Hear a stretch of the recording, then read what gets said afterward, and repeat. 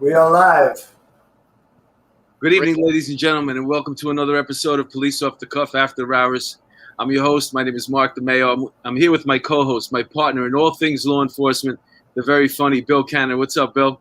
Hey, Mark, what's happening tonight? We got a very esteemed academic / retired police sergeant guest who's going to teach us some things during this hour. Without further, we don't like to keep our guests waiting on the sidelines. We like to get him right in. So I'm going to introduce you. He's a retired NYPD Sergeant. He's now he's a psychologist, right? Yes. He's also an author, and he's here with us tonight to talk about some very interesting topics that are very hot in the news right now. Dr. DanielRudofossi, folks. How are you? I'm doing great, and great to be here on your show. I'm very proud to be invited here, and I know all the good work that you both have been doing in getting out the truth and getting out really important ideas to, the membership. And, I'm a brother in blue, too, unapologetically. Hey, Doc, we let you in the club. Once you're getting that pension payments once a month, you're in the club. Right? If I got pinky finger or what? Oh, I don't wear a pinky ring though. That's mostly an Italian thing. That's. Where are you right now? I'm in Brooklyn, and in a part of my office. So. Okay. All right. So tell us about Tell us about your career a little bit, and then we'll get into the paper you've written and all these what you got going on now. Okay, so, I started off in a department in 1987. I was finishing my first master's degree at NYU.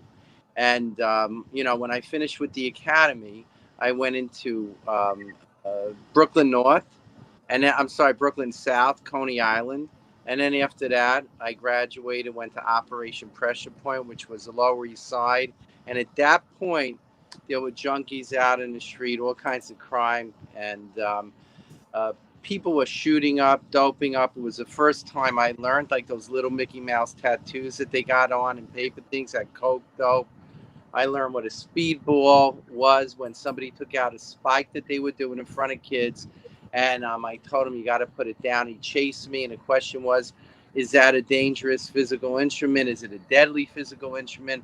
What would you do if he went and stuck you? Because these were real situations I was put in. I did very well. I did so well that I got put into Bed-Stuy, which I wanted to go. It was what we would categorize as a war zone. And I'm saying that from Dr. James Chu, who's at Harvard. And he said it right.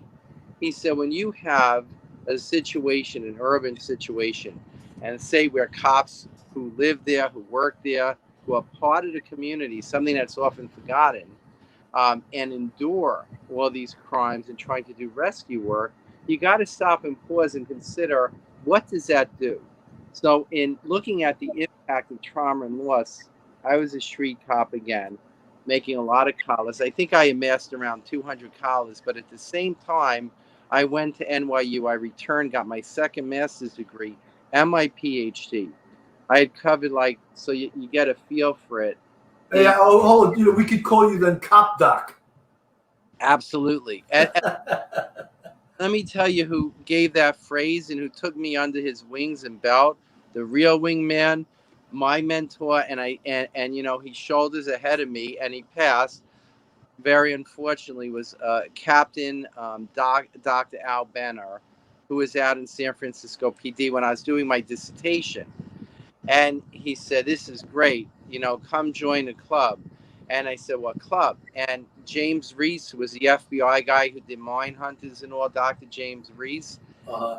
And also Dr. Denny Conroy, who I owe a tremendous amount, from St. Paul, Twin Cities, a cop doc out there. They guided me. And, I was looking at trauma and loss. I wanted to know, what is the impact on officers who have to deal with cumulative trauma? And by cumulative trauma, I don't mean just, witnessing a shooting and that, but we get actively involved. When you're out and you go on a midnight to aid, on the 75777981848899094, like when I did with my partner in the 80s, you were rocking and rolling.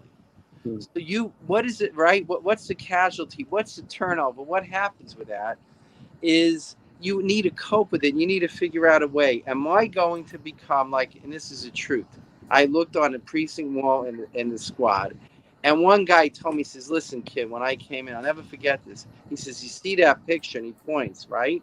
And there's fried eggs. And he goes, that's going to be your brain in about 3 or 4 years of doing this job on the midnights. Good luck. And he says, listen, you open up your tie, and he says, put the vest on the outside. Because if you get shot, you want them to be able to open you up and do what they have to do to keep you alive. No BS here. This is life in the streets. Yeah, but you know something, Doc? Years later, people said you get yelled at for wearing your vest on the outside because they say now a perp knows not to shoot you there, and he's going to aim for your head. Well, wait. That's really a great point, if I could, a segue to now. You know, I wrote, and you got that article, Centurion Side, and I see you brought up, Officer Lau and Ramos were at the funeral. And, here you got an assassination, basically, of two incredible officers. Looking at Officer Ramos now, detective first grade, I believe they promoted him to correctly, and Officer Lau. Officer Lau was going to get married, a fine gentleman, very decent, and Detective Ramos, who was going to be a minister. So you get this man, I think Ishmael, who was saying that he was going to put wings on, wings on pigs or something like that as a metaphor. But that tells it all. The rants and the raves against police officers, the systemic racism, the implicit racism that's being ignored is deafening to me. Why? I'm a clinician. I'm a cop doc. I'm not a radical. I'm not a right-winger. I'm not a left-winger. I am a clinician. What do I mean by that? I want to conserve the values and traditions that are so important that the police culture have intragenerationally supported and have kept. And I say that unabashedly and unapologetically. How dare somebody attack a police officer, for example, as if we are one agglomerate, non-being, non-entity, persona non grata. And for me, I deal with a sequelae, that's a psychological trauma, the impact when officers come off the street. And as I put it too, they're too scared to cry. Leonard Tur, who was the psychologist and psychoanalyst who did the Chowchilla kidnapping in California, as I put in one of my books, said that officers are too scared to cry, so are victims. But it's time that we allow, like you see in this picture, the family members, we are a large family, to be able to express our grief. We are human too. And I include myself in that. I wore the shield. I got injured in the line of duty more than once. I've been in all those situations. You see the wonderful police officer who was killed in the line of duty. This is too much grief to bear when there's no real acknowledgement within inside of the communities by saying this is one of our own. Let me pause for a moment. One of the issues or problems I see now is that in all this pontification that goes on politically, the reason that law and order is not able to really function well and perform well is that we are a disenfranchised group. And when I say we, again, even though I'm retired, I include myself as part of the law enforcement family, has been, was, and always will be.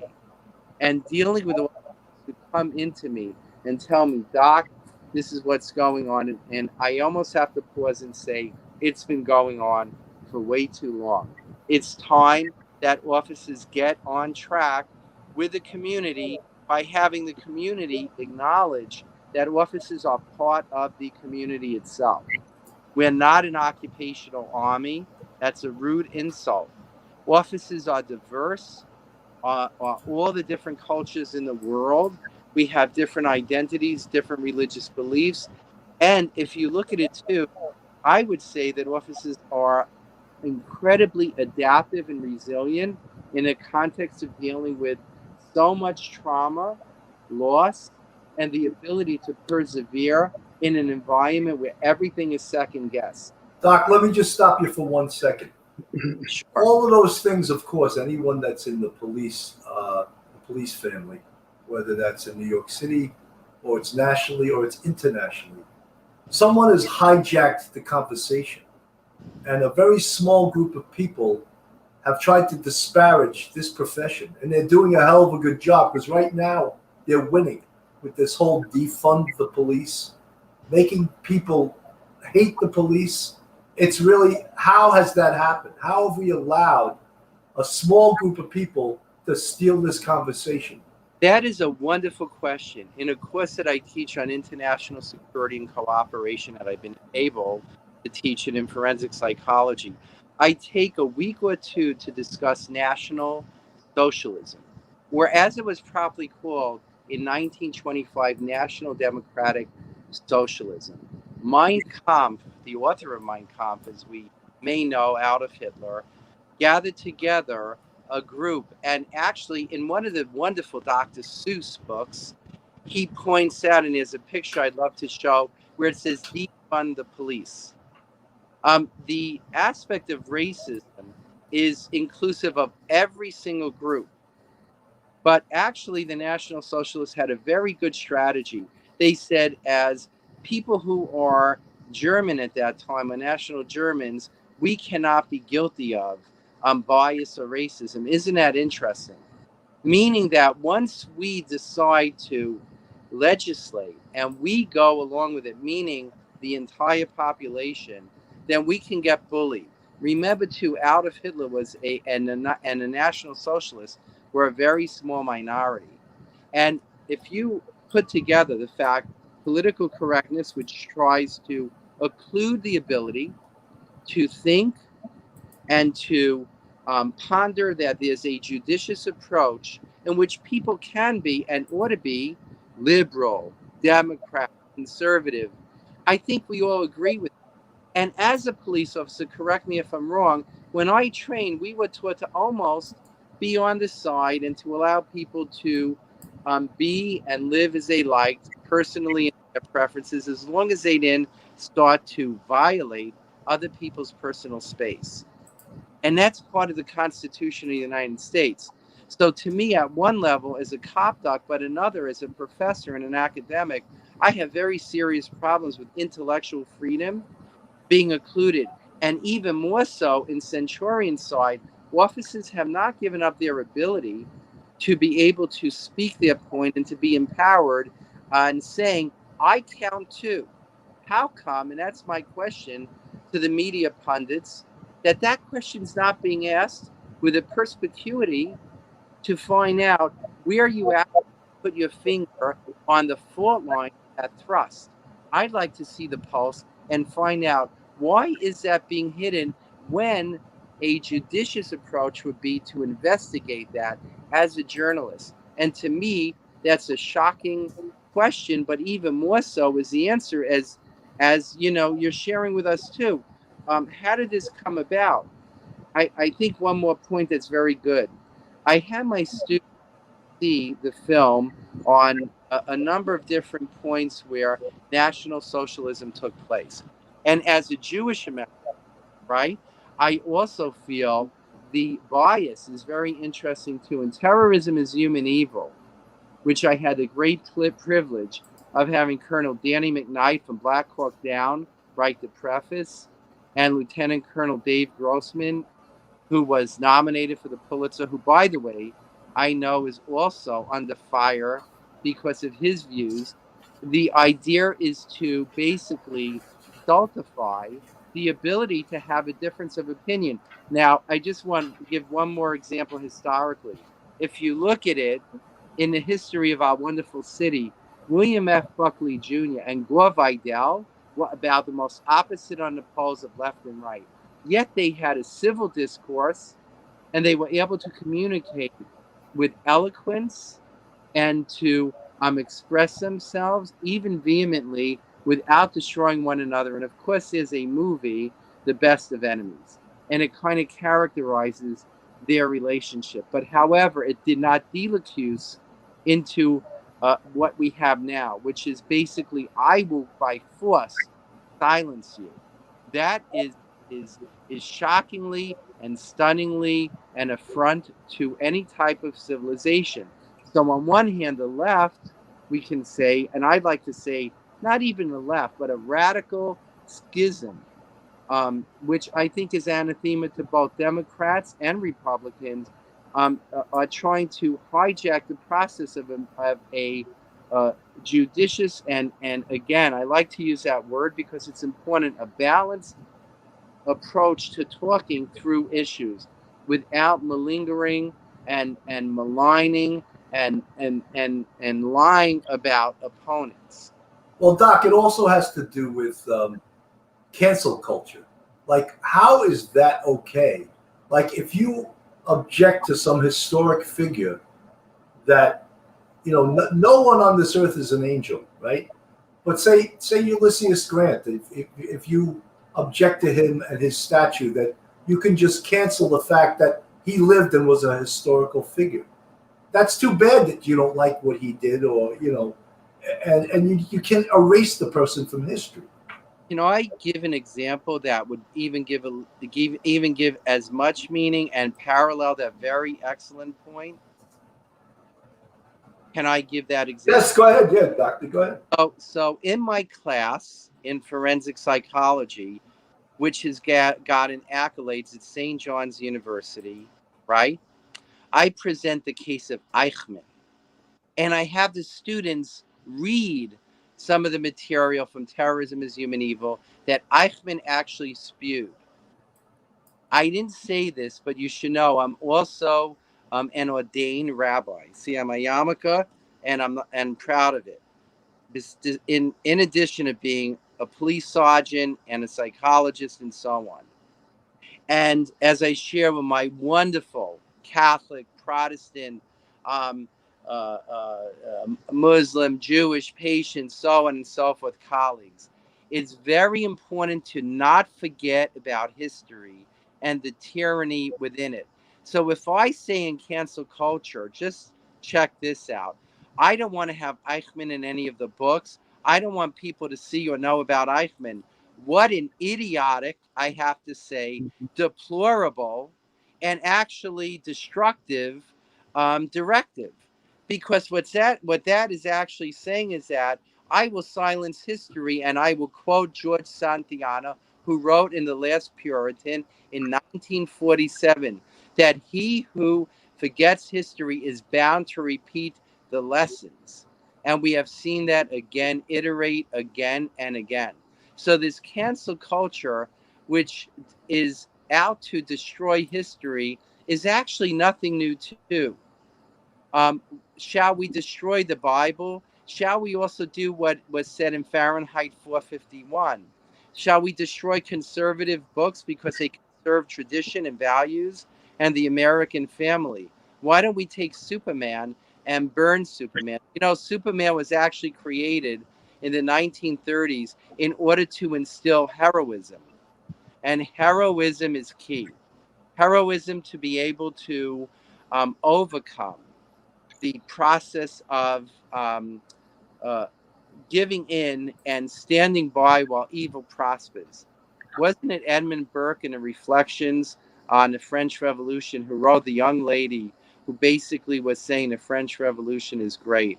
And he said something to the effect of, when good men and women stand by while evil is performed, evil prospers. And that's exactly what happens. What is you mentioned the conversation with Gore Vidal and I forget who the other person William F. Buckley Jr. Okay. But that's a conversation if between two intellectuals. Right now, I don't think there's a want for a conversation. We have one group that's trying to basically take over. They want to run the country their way. So I'm asking you right now, what if let's just say they got their way, what would their ideal utopia be? Like, how would the United States be if the people in power right now got what they wanted? What is it that they want? I would say in a chilling way, and in Terrorism is Human Evil, I put it, and that's a great question to ask. Um, you know, if we project into the future, and I actually did, I said that there would be a president that would come about that would want to make a deal with Iran and sit down, for example, and barter a deal. Let's just think about that even for a moment in international relations. I'll predict that that will be one of the linchpins for World War III. Our allies, Israel, that has been one of the democracies in the Middle East, is thrown under the bus. I know members of NATO that were in the international force before NATO became what it was, and who fought in areas of Mogadishu, who were there when Sergio was killed. Sergio, who was a diplomat, when the embassy went down. The reality is that one is we're going to have a third world war because all the other countries are going to look and say, "What a weak country! The citizens are not being cared for. The population and those who actually are the centurions on the front line are thrown under the bus." In addition to that, too, the lack of moral values and traditions, which are also not only being stopped, but even a conversation and education that's historic. What happened to the motifs that our society has been based on, that civilization is? Doc, let me just stop you for 1 second. I just want to mention something, and this is going along with the whole thing of what, where are our values? And this was a quote from one of the mayoral candidates. Her name is Maya Wiley. And she made a quote that she said, "We can't do safety at the expense of justice. We cannot." And that means we can't have stop and frisk. And it's not called stop and frisk. It's called stop, question, and frisk. But all the politicians and all the press like to hijack that police procedure by calling it stop and frisk. And or she says, or the anti-crime unit. We can't have those because we don't need safety as much as we need justice. So, Dr. Dan, you're walking down the street. She's perfectly willing to sacrifice you to a robber or to someone who meaning to do you harm, because it's more important to have justice for the person who's going to beat the shit out of you than it is to what she sees as violate that person's rights. So let's even talk about that too, because that's also, again, I got the DeMayo Cannon duo here giving me great questions. I hope I'm answering it with alacrity as best as I can. And what a wonderful question. So stop, question, and frisk, I totally am for renewing as street crime unit. We're talking about the incredible heroes. You don't know how many street crime fans are in the chat. There's a few street crime cops in the chat. Good. Well, I'm with you. When I worked street, by the way, and I was in Bed-Stuy, I was on a midnight aid in a patrol car. And I'm not going to get into war stories when I commandeered a Jaguar and I got a one-day complaint, but I had a kid's life and so on. And this guy carjacked grandma. So let me just stop and pause. Justice. Let's talk about justice.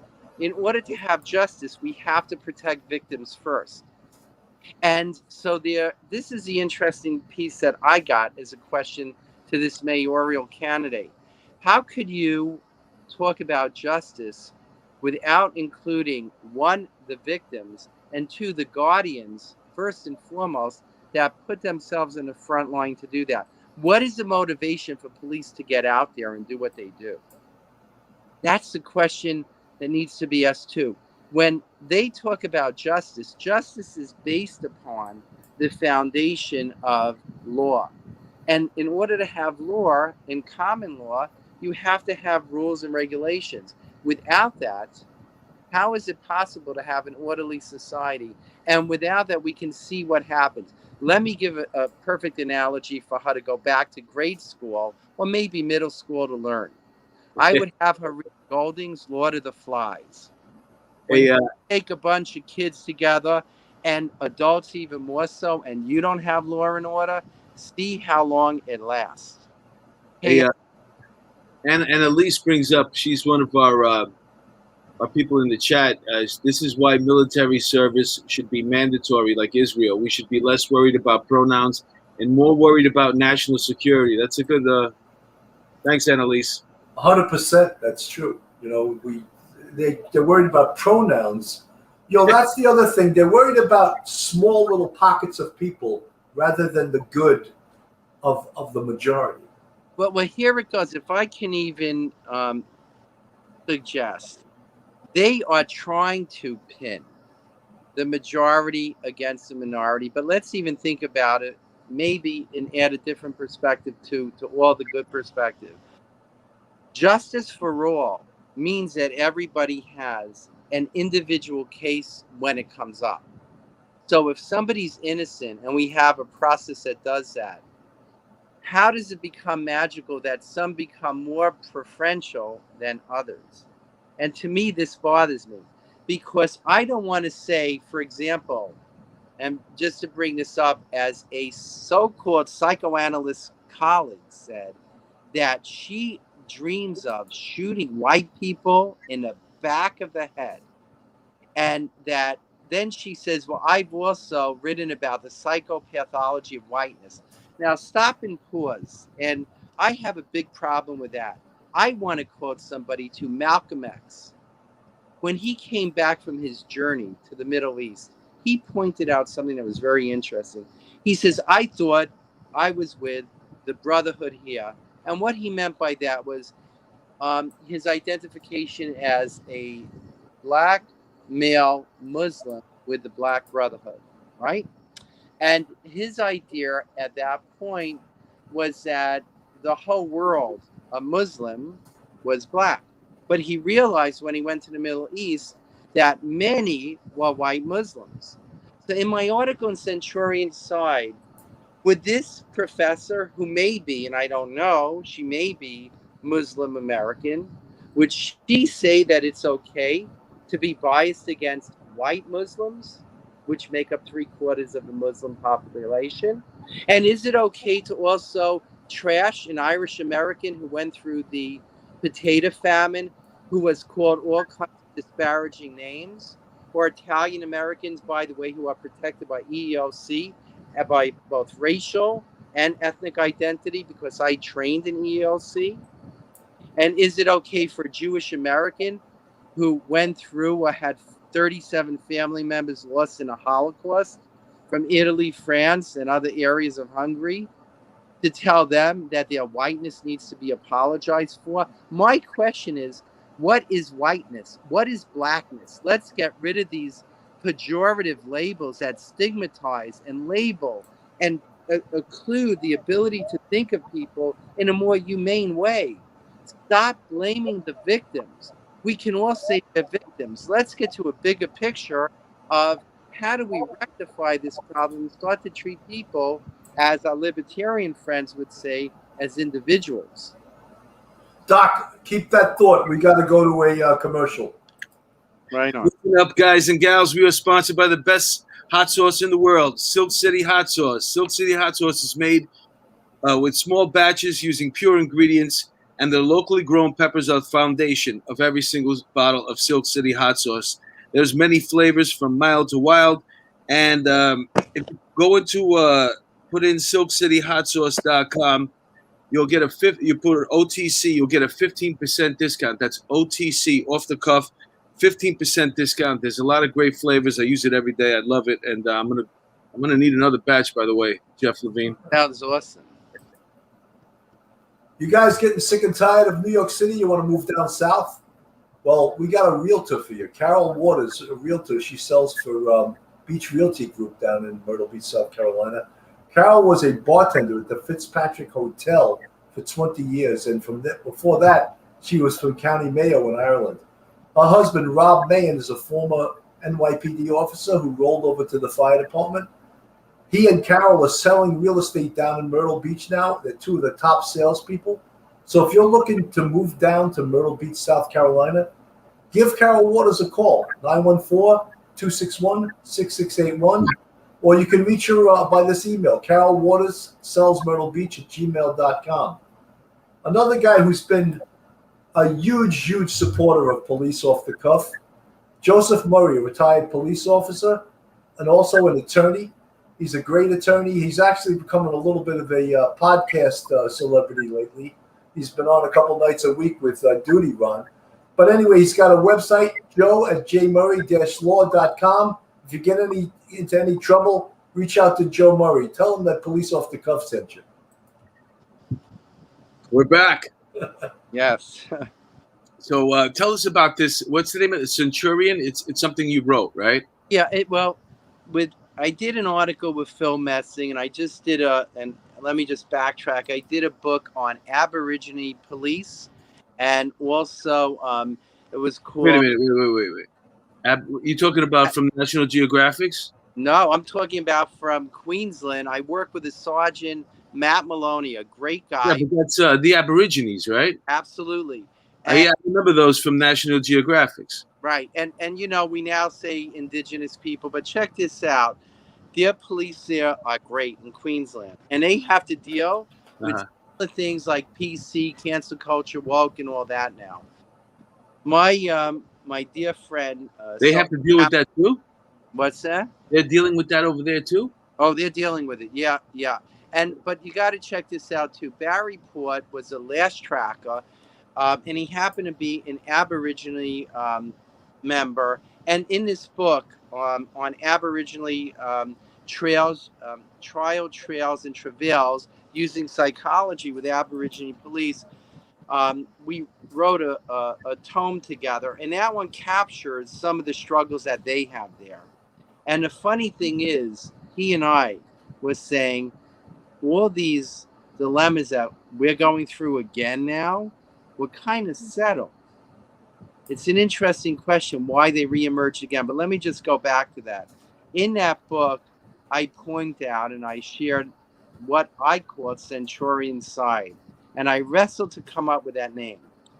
We all know what Centurion is. It's the Dewey. Safety officer. I don't know what it is. What is it? well, it's a term that was used, right, about on the front line, going all the way back to Caesar, and even before. And it's a noble title. It's what we do, serving the public, putting ourselves in the front line, and even giving our lives as part of the community.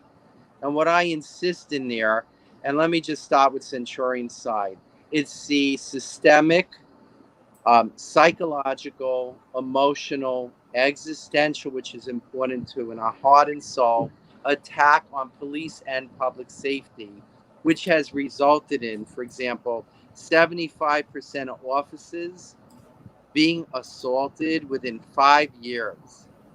The homicides of officers. Look, by the way, Captain David Dorn, who happens to be an extremely important centurion. I read about him. What happened to his death?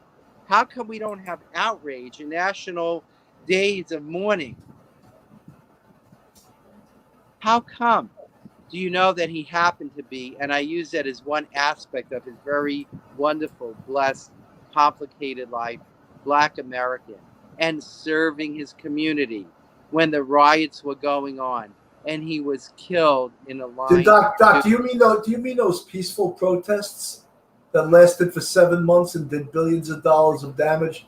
That what you were referring to? That's exactly what I'm referring to. You got it. Yes. Well, here it goes. The Centurion Side asks the questions. How come police have become acceptable as persona non grata? How come professionals that are clinicians, I like to ask this, other psychologists and psychiatrists have basically gone along and forgot their duty to protect and to serve all citizens? How can a psychoanalyst come out and say that she hates white people, and not only hates, but wants to shoot them in the back of the head, and she doesn't have white friends? That should be anathema and forbidden and banned, because that is against the practice of medicine and health. It has nothing to do with anything else. Above all, do no harm. How do we forget the principles of science in this mess? And the answer is because we do have, unfortunately, a national socialist movement. Going back to your question in the DeMeo part of the team, I think the reality is that we're already here. I mean, it's only a matter of time before Fahrenheit 451, but let's think about it. Blocking people from their Facebook, from YouTube, from Twitter. What is that all about if that's not burning their memory out? How do we get away with that? I want to see attorneys come up and say, you know what? Dr. Dan's right. How come police are not getting the same rights as veterans? And by the way, I have veterans from the military who have served, including Good Colonel Danny McKnight and Lieutenant Colonel Dave Grossman, who agree totally with that. We need to be protected in academic institutions. We need to have hospitals. And here's another point, too, if I could just bring up. Dealing with a mentally ill person on the street, because it's included in here. All these cases that have made the limelight, who is responsible for those situations escalating to what they have been? How come the mayor's office did not get a team, like I suggested in dealing with a mentally ill person on the street, of police officers who are mental health professionals, medical professionals, training and educating in scholarships and putting the money where it counts? You want to educate, pay for scholarships for officers to go for Hey, their. Doc, we had this guy, Sean Connerboy, on our show. He was the Good Samaritan that got involved with the lady was getting stabbed in the train by a a mental patient, and he jumped in there and he saved her life. He jumped on top of him, and the guy was amazing. You know how many people called him from the city? The mayor, the governor, the police commissioner? Nobody. Not one call. The only people that covered it was the New York Post. So we're living in a world right now that they don't want to show that there's crime going down in the subways. And if, God forbid, if a Good Samaritan steps in, just so you know, you're not going to make the cover of the paper probably, because they don't want to recognize you as a hero. They don't want to recognize that we have a problem. They don't want to recognize that they made a mistake. That these people that are in the street right now and punching people, these are people who have mental health problems. They're probably off their meds. If they were going through the system in some form or fashion, be it getting arrested or spending time in a mental institution, they would at least be getting checked up and getting their meds every once in a while. They would be off the street every once in a while. They wouldn't be out there 24 hours a day, 7 days a week, and getting arrested 3 times a day. So what they're doing now is wrong. And I don't know what they're doing with the money, by the way. I'm sorry, Mark. I just wanted to show this. A woman who was being stabbed on a subway platform in Manhattan. This exclusive video of the attack. And any minute now, President Biden is expected to talk about the ceasefire between Israel and Hamas. Anyway, I don't want to hear about that. No, wait, we're going to see the attack. Scream. And so that's enough for me. Sean Connerboy says he acted on instinct. He was waiting for a train in the Union Square subway station last night when a woman was suddenly viciously attacked. This surveillance video was obtained exclusively by Eyewitness News tonight and shows the suspect walking toward the woman with a large knife in his right hand. She doesn't see him coming, and in an instant, he attacks her from behind, stabbing her in the back and chest. Sean doesn't hesitate and pounces on the man, desperately trying to stop the attack. But I just jumped him. I just tackled him, jumped on his back, and down to the platform surface. I'm trying desperately to keep him down, face down, because I know that if he gets up or if he can turn on me, and he has the. I mean, that was great. Wasn't that great? Awesome guy, awesome scene, but I want to stop and pause and just look at it from a psychological point of view. That was not instinct. That was values. That was a moral compass, a courage, a bravery, an existential moment that he stood up heroically to do the right thing. And the response should have been magnanimous to responsibly come up to the plate and say, this man is a hero, and to show this and to present it to our young, to our youth, instead of trying to circulate around all kinds of binary identities and so on and so forth. Let's talk about this for a moment. Doc, let me stop you for 1 second. Lieutenant Peter Pranzo, thank you so much for the $5 super chat. Counselor Joe Murray, thank you for the $20 super chat. You're keeping us in business here, and the doctor understands the 40-minute hour. We're a 60-minute hour here, so thank you for all you people that are. Annalise, oh my God, that offender needs a knuckle sandwich. Yes, he absolutely does. And we want to shout out to all the people that watch us all the time. Lieutenant Pranzo, Janine Goodwin, Grizzly Books, Gisela, you're becoming a big fan. Joe Murray, of course. MC's Audio, Annalise, Stephen Revo Gates, Doc Dan for Mayor, he said, Mr. Smith, gonna say some of the same people, MC's Audio, Scotty Wagner, of course, Ryan Investigative Group. If I missed anyone, I apologize. I'll try to get you up later on. Sorry, Doc, we have to shout out to our fans. No, that's great, and that's important. Caring for those who you need to care for. They're part of the group and the folks that keep us going. We have to stay together. And that's just it. I'm a guy who's part of the salt of the earth. Like you, I may have the academic credentials, this and that may be a little different, or background. We all do. We have our strengths and weaknesses. But just to get back to that, if I could, the idea, like, just think about this too. The West Side. I hear, when I first found out about it, who is it? You have Schumer, you have Nadler. They're all quiet about making these hotels in the West Side fill up with the mentally ill persons. And they go, this is great. We're helping them out. No, you're not. What you're doing is you're just finding a place to have a depot like the Port Authority. But who is giving them the care? Who is giving them the compassion? Who's assessing and diagnosing? And as, again, we just looked at, who is going to actually make sure that they get their meds, their treatment, their group processes, and what's happening to the business people? Look at the guy who just stepped out. I don't know what he does for a living, but he's a hero. They don't even go into that at all. But yet, somebody who is a perpetrator with a long record can become a national hero. We are actually, if we look at it, it's blaming the victim. I like to look back because I come from an American political tradition that Richard Hofstadter spoke about, Irving Goffman, which would be called liberal. And actually what was liberal then is really called conservative now. Think about it for a moment. Yeah, you're right. Right? It's true. We are the civil libertarians, and actually we're being called those who are narrow-minded.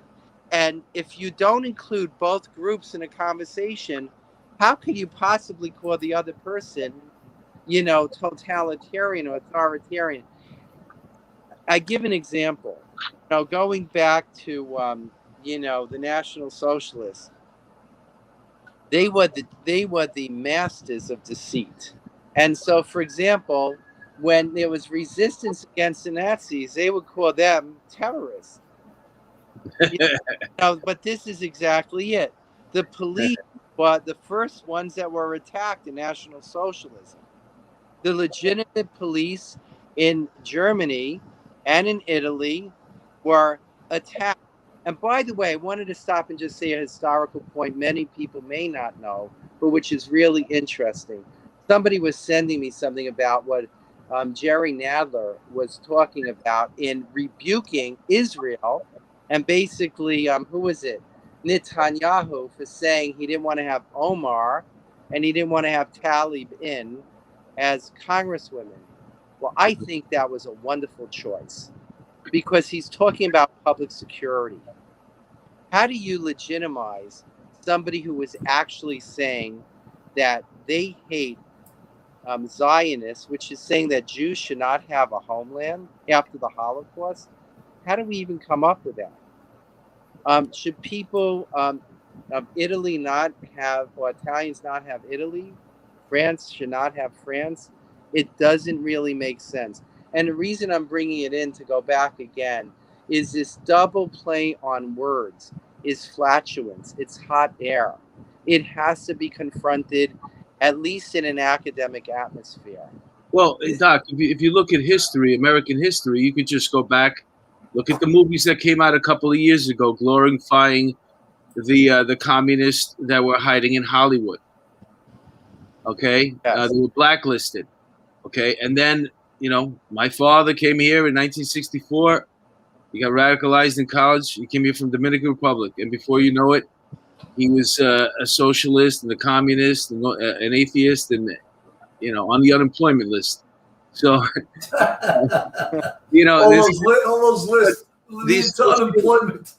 This thing, yeah, exactly. You get involved with all that unless you're on the top, unless you're the head of the BLM and can literally give up the seat because you already have the 4 houses that you need right now.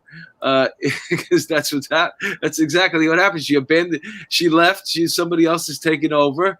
She's taking the heat with her, and she's gonna just chill out in the 4 houses and the money that she's packed away. Do you know how many morons in this country gave money to them, and they took that money, just the people at the top there, and you'll never see a dime of it. You gave all your money to 4 people. Well, you know what? That also kind of segues into this idea too. At the end of National Socialism, what was the result? Think about it for a moment. In that movie Downfall by Oliver Hirschbiegel, it's a wonderful film, and I show my students. Hitler turned on the German people, and when he was told that they are going to be decimated, at least let some of the generals go, let some of the others. He ranted and raved and said, they are the effeminate Jews that are German. He said, these are German citizens. So he couldn't even put it off, and he said, no, they deserve to die. They deserve to be destroyed. The glorification of death, the glorification of violence, the glorification of tearing apart the moral fiber are all interconnected in a lattice. It's our inability to say, in God we trust. You see, I'm saying it. Mm-hmm. I hope I'm not disbarred tomorrow, but if I do, I'll be going to Dershowitz. Well, the good thing about living in a country like this is we have 50 states. And right now we have, if you look across the country, every state is completely different. We're completely divided. And like, for example, take this critical race theory thing they're trying to shove down, that you have people, parents from all over the country right now fighting against this. So you have actually laws, states that are coming up with laws that to not include it in the curriculum.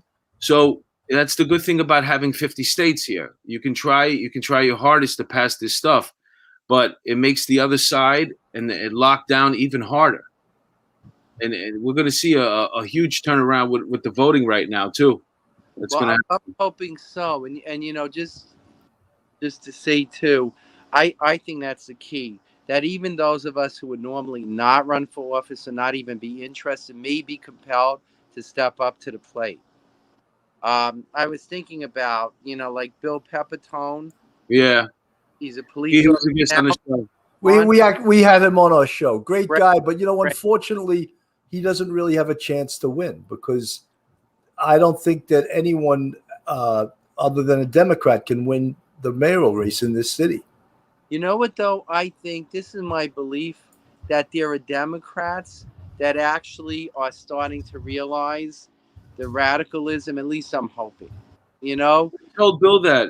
I said, right now with all this crime, you're not going to win the mayoral. Like this Maya, whoever the hell she is, she shot herself in the foot. That's the dumbest thing that she could ever said. The city right now, plus she has her own security. Eric Adams called her out.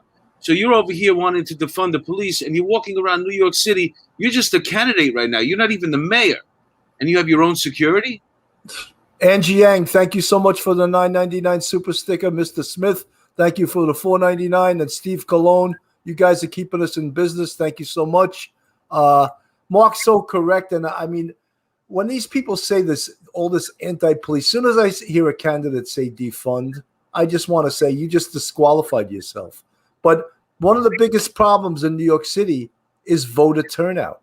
And with 8 million people, and they only get 800,000 people showing up, anyone could win this race.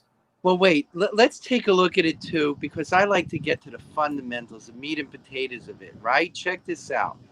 They wanted to fund the police. So their point is, we're going to get security from our people in the community, correct? Mm-hmm. They're going to like get their own little security force together. So they're going to get an untrained force. They're going to go and they're going to have to still enforce the same type of laws that they create within their community. Within a day, they would be paralyzed. Because why? What happens when you take a civilian like a reporter? We know that.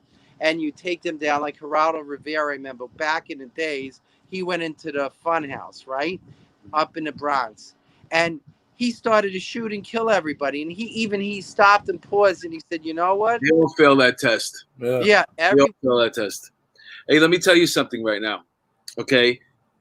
This is where I disagree with Bill, because what's going to happen is you're going to get a mayoral after the primaries right now. You'll have a mayoral candidate, and then they'll have the Republican primaries. You'll have a Republican candidate, and then you're going to go through the summer. And there's going to be some incidents, some big-time shootings. And both those two people are going to have to step up and answer to what they're going to do in those situations. And one of them is going to have better answers. And that's how Giuliani won. You know, it's all about climate. If you get Curtis Lewa and all of a sudden he's up against Eric Adams, you don't know what could happen. You know what I'm saying? It could be a really, really bad summer. And unless somebody's going to put their foot down and says, I'm bringing back stop, question, and frisk, you know, he's the first one to say that, and everybody jumps on board. Yeah, fuck it. We need it. Let's go. But another thing they did, Doc, was this ranked choice voting. Yeah, that's scary. Where did that come from? Right. I mean, question, right? So, you know, but here it is. It makes sense. Think about it for a moment. We've given up the ability to discern, and we're frightened to say discriminate. But as a scientist, I always got to discern and discriminate both. If I get a diagnosis, let's say, and I say, is that depression, anxiety, trauma? Is it grief? I better be sure that, you know, I get that correct. Because if I don't, then that will also militate whether or not somebody gets a certain medication, a certain milieu, or if I'm looking at a case from a forensic point of view, I need to really know what's going on and to be able to say, this is good for you and that's not. I have to have that ability, meaning to, if I have no strength to be able to say, hey, you know what? I think this one is a candidate that's best, and I think the other one is not, then what do I really have? I can't discern. So it's like, what do you want? Let's do it too. Do you want coffee, tea, lemonade, or do you want to have a beer? And you know what? I think I'll have the coffee first, then I have lemonade, then I have a tea, a beer. And you know what happens then? You get indigestion and acid reflux. And that's exactly the type of thinking that fogs the brain of people who cannot discern and just, I'm voting one or the other. Does that make sense? It makes a lot of sense. You got to give it up to the detective. Look at that little boy that was killed in his own house, 10 years old. And the detectives that handled that case and wound up catching that perp. Just amazing work. Shout out to them. But those type of cases are the ones that really turn the cities collectively, their stomachs upside down. The hardworking people, okay, and that's how you create a unity amongst those people. The people who've had enough. The people that they're scared of the gun violence and how a bullet could come through their window, and they're in not the best of neighborhoods. That's how you get everybody together. So brace yourselves. It's going to be a crazy summer. No, and if I can, just to share on that point, I worked in Bed-Stuy, East New York, Fort Greene. I felt part of the community. In my book, Dealing with a Mentally Ill Person on the Street, I talk about Mrs. Jones, an African-American lady, a wonderful lady, a social worker, caseworker. She lost her husband, her son, and she's up there and she's alone, and it's Thanksgiving. And, a lot of the guys were like, oh, no, another call from her. She's like an EDP. But then, the officers who knew how to schmooze and do community policing because it was appreciated then, and goes up to Mrs. Jones, sits down, has a coffee, schmoozes with her, and then she says, the hoodlums are downstairs, I can't go to church. And then officer, over there goes, we'll take you down, we'll make sure you're okay. That's policing. And guess what? The majority of people who live in the projects and really exist here know their cops are good people. And they're good people. And there's a wonderful relationship that's forgotten. And also, what I put in my books, too, that are forgotten, who is the one who goes to bury an unidentified kid is the police who live in that precinct. Irish, Italian, African-American, Jewish-American, everybody. In other words, the point, male, female, so on and so forth. It's basically us, the salt of the earth cops who come from middle class or whatever you want to categorize us as. We're all individuals, but we do care about the community. And we love people of color, all color. We love people of all backgrounds. It's true. If you're a good cop, Dr. Dan, you're 100% correct, and we all just mirror exactly what you're saying. And I look at cops as the salt of the earth. And, one of these days, I think I want to move down to Florida, and I want to move to a community that has a lot of cops. Because A, it makes me feel safe, and B, I have like instant friends. You know what I mean? but wait, let me just share with you one point, if I can say, right? Quick one, because we're coming up on the hour. Yeah, we're coming up on the hour. It is that, but please stay. You know why I say that? For me too, I've had my moments, but people say, why are you so crazy to stay? Well, I say, one, because I'm a shrink, and I'm a little bit nutty, and I'm just joking around. All psychologists are nuts. What are you kidding me? Right? Yeah, a little bit of sugar, but talking from the hip and the heart. Here it goes. The reality is, this is our city. We cannot give up on it. And the truth is, with all the blood, sweat, and tears, I think New Yorkers are still most a good people, and a lot have been also hijacked by these group of radicals who have the biggest voices. But the majority of people of every background, of every culture. I agree with you, Doc. Doc, I'm going to use a cliche. The emptiest barrel makes the most noise, right? Yeah. Empty tin. But we got it's nuns in school used to say the empty tin can makes the most noise. Hey, Doc, I'm going to tell you something right now. I'm not leaving New York City unless all the fans of Police Off the Cuff can help us out and make this show really big. Make some money doing this. We have a lot of fans down south, though, too. What you do? I'm recording this show from South Carolina. I'm going to call up. What's her name? I'm calling her up, and we're getting Myrtle Beach. That's where I want to go. That's my dream place. No, I'm not running from New York City. I'm just, I'm tired of like winter. I'm not running. Listen, I've been here my whole life. I deserve a break. And Angela Eng is in the live chat, and she's a little nervous that her boyfriend Joe Murray is becoming a podcast celebrity, and he's getting so many comments from the fans. Oh, he's so handsome. He's so handsome. Angie, it's all right. You'll always have us here. Anyway, Doc, thanks for coming on, man. You were a great guest. And shout out to Lieutenant Peter Pranzo, Harlem Raiders forever. We appreciate you, Lieutenant Pete, and of course, the bride always by your side, and Richella, and Mark and I got to come out to your abode out on the North Shore of Long Island soon on one of these weekends. I would definitely do that. And Angela Eng just said her boyfriend can still do the podcast out of state. So Joe, just watch your P's and Q's. And Doc, you were a fantastic guest, and I told you this was going to be a fantastic show, and you didn't disappoint. Well, do you have anything to plug? Yeah, I'm just going to say this. I think, and like we said, all these squeaky, pontificating pinheads, as we they're going to do that, but we're like a lion. We're going to roar. We haven't even begun. And I'll leave it with that. Roar with the victims, the real victims, and backing up the public safety and the Centurion side, and acknowledging that, and the wonderful cops and the union leaders that are being bashed all over for doing their job right. And I do believe this. We'll take back the city. We really will. I believe it too. Thank you. 100%. On behalf of Very honored. Thank you, Doc. And by behalf of Mark DeMeo, Bill Cannon, and Dr. Dan Rudofossi, I think I said your name halfway correct. Thank you guys for watching, and we're Police Off the Cuff After Hours signing off. Thank you.